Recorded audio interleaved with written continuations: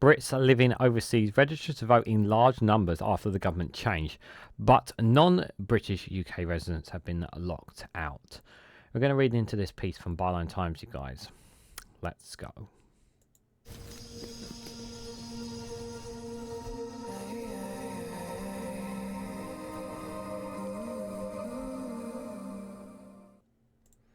Good morning, good afternoon, good evening, wherever you are in the world. This is Reganelite here with an article from Byline Times with the headline of Brits living overseas registered to vote in large numbers after the government change. But non-British UK residents have been locked out. This is the first general election in which every Brit living overseas can vote. But many non-British workers living in the UK feel deliberately excluded. Guys, while you're here, make sure you hit the like button and share us across social media so others are notified of this video. So, there's a couple of things I want to say before we read into this piece from Byline Times. So, it is not just the fact of whatever the outcome of this election is going to be one of the most unique ones of our generation, almost of British politics in its general, because a political party could find itself being wiped out, completely wiped out. Like, that's how big of a change, seismic shift in politics it can be. But the other thing is that we have the usual people who are voting. We've had a dramatic change in where younger people who could not vote before now have the chance to vote. We've had the introduction of voter ID, which means that we're going to have a lot of people miss out on being able to cast their vote. And also, like here, we're going to be obviously having those who've been living overseas who've never had the chance to vote to be able to finally have their voice. Now, the original reason that the Conservative government introduced it was a means, obviously, to try and get more voters on their side. In actual fact, that some of these voters who are actually overseas actually are pretty angry with the Conservatives over what's happened with Brexit, for example, because there's a lot of Brits living overseas who are finding themselves having lives very difficult for themselves ever since Brexit. So, but obviously those in Europe in particular that I'm talking about. So that's not really shone up their support. But in terms of from a democratic point of view, I think it's really important that Britons are all given a chance to cast their vote. Now, as for non-British UK residents, the question I suppose that people will want to ask me, is it right that they should not be entitled to vote? And I am basically going to be a Jeremy Corbyn here and sit on the fence on this one, because a part of me can understand the reasons for it, especially for those who have worked and contributed to our society, who are a fundamental part of British life, but simply just don't have a British passport to say that they are a British citizen. On the other hand, a part of me feels that, well, you're not a British citizen, therefore why should you have a vote? That's how a part of me feels as well. So that's why I'm kind of torn on that point there. I'm leaning more into they should be entitled to vote. But I would go as far as to say, if I had to pick a side, I would probably pick that side more. And I would say it based on the fact that if they have worked and contributed to British society, even without a British passport, for, like, let's say 5 years, they've worked and contributed to the UK for the last 5-10 years. Let's say 10 years, yeah. Let's just say 10 years hypothetically. You know, they've been raised in this country. They've been part of British society for 10 years, yeah. Surely they would surely, because they've been a part of the society, part of contributing, would they not be entitled to a vote? You not feel?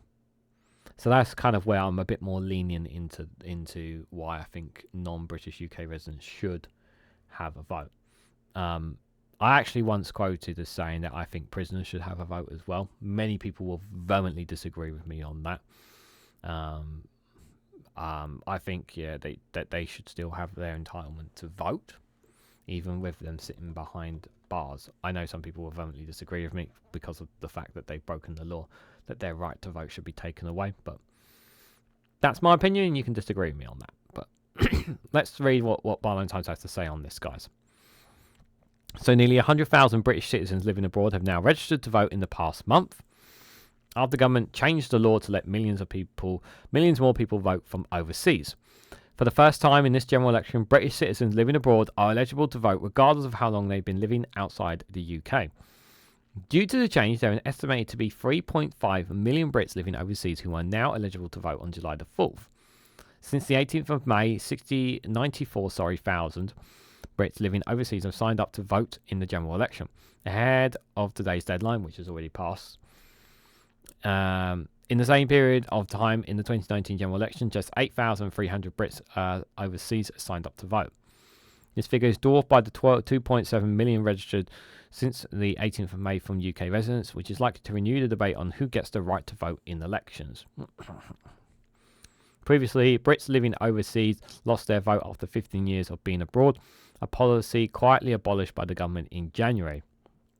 But many living in the UK who do not have citizenship or are unable to vote in general elections, no matter how long they've lived here and paid their taxes.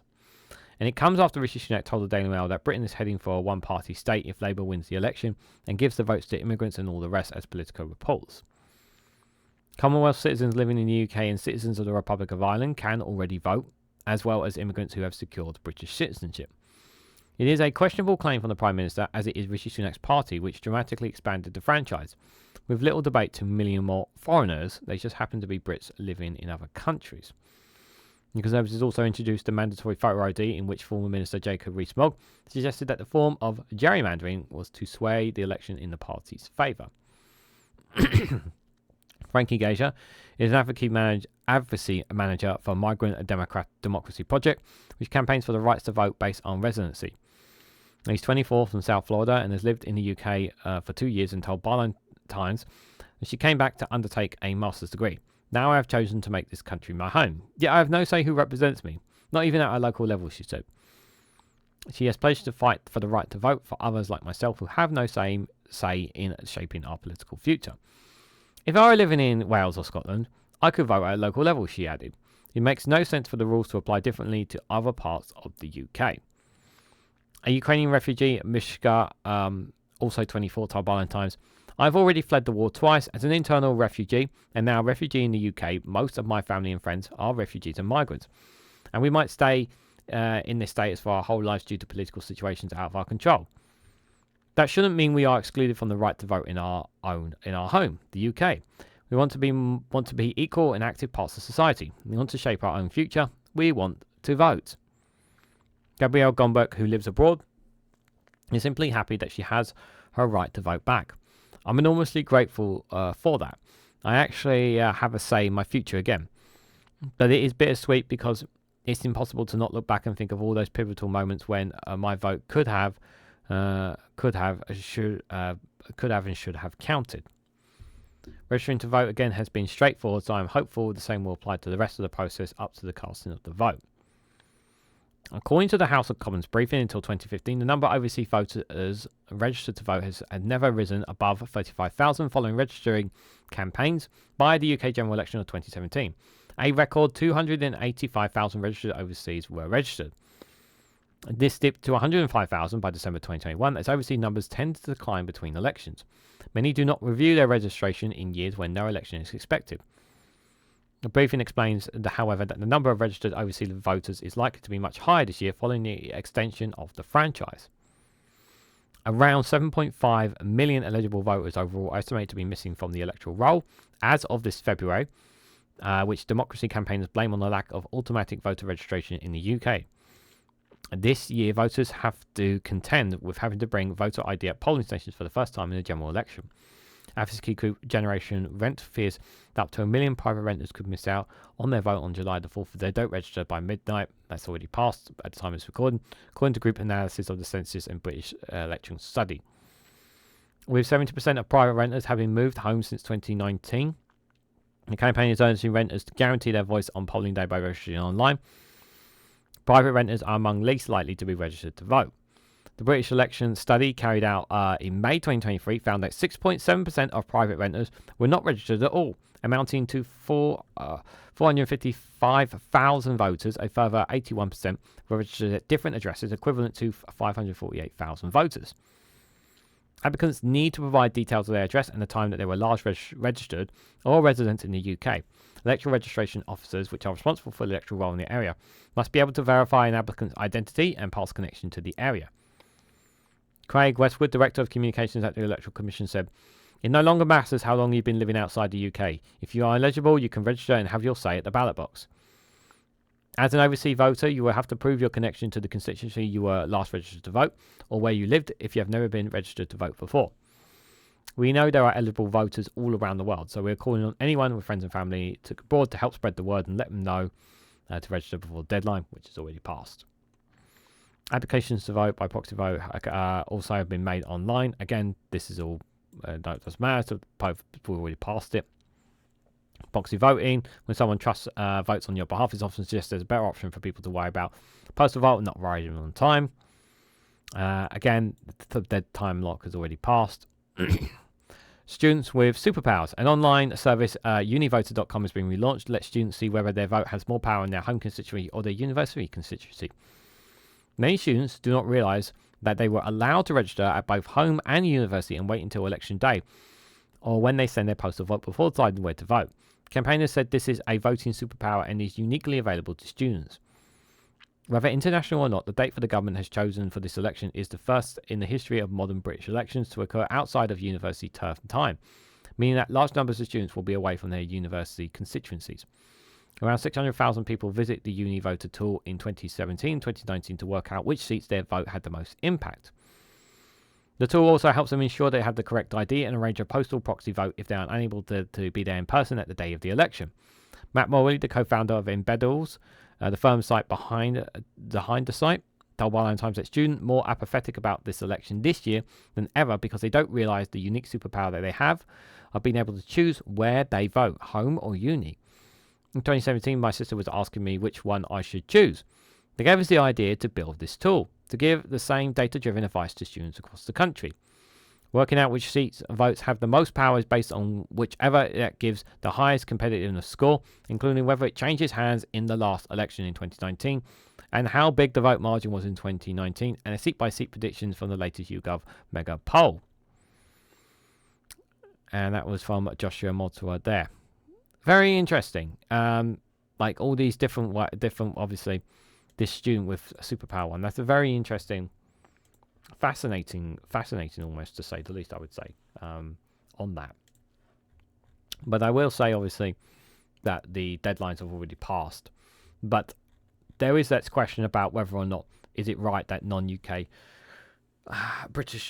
non-UK residents should vote, and how do people feel about those overseas now able to vote regardless of how long they've been out of the country? I do have some reservations about it, though. And the reason I have some reservations about it is that while they are British and they get to cast their vote on the future of Britain, they don't live in the country. They don't, they have, the argument obviously of course is that they've contributed and may have done their part in Britain, and that may be so. But is it right they have their say on that? Then I would be contradicting myself because I said about how how I think prisoners should have the right to vote as well. So I'm contradicting myself, aren't I? I can see that in the comments below. So, should everyone have a vote? It's a tough one, but this is going to be one of the most unique general elections that we've had. Like I said at the start of the video, there is so many things that are going to be playing factors in. I generally am curious to know how many people are going to be turned away at the ballot box because they didn't have their ID as well. That's going to be really playing an impact. I'm very curious to see how all the postal votes are going to impact as well. I do think that's going to be fascinating, to say the least. I can just see people calling it vote rigging as well. There's going to be some of that shouting from certain people as well, which is absolute nonsense because we've never general elections have never been in as far as we're aware, there's been less than 1% of any kind of voter fraud within the general elections anyway. But yeah, this is going to be a unique one, to say the least, guys. But what do you guys honestly think? Do you think prisoners should have the right to vote? Do you think that non-British UK residents should have the right to vote? Do you think that people overseas who may or may not have contributed to the British economy, now residing abroad, do you think they should have the right to vote still? Let me know, honestly, your thoughts about all this in the comment section down below. And if you found this video interesting, please hit the like button, it'd be greatly appreciated. Share it across social media so others are notified of this video. And subscribe, because it does help support the channel. And if you want to go one step further, financially support me and the work that I do on this channel, you can do so by becoming a YouTube member for as little as 99p, or join me on Rumble or Patreon for exclusive content on those platforms. So thank you all so much for watching. I hope to catch you all very, very soon.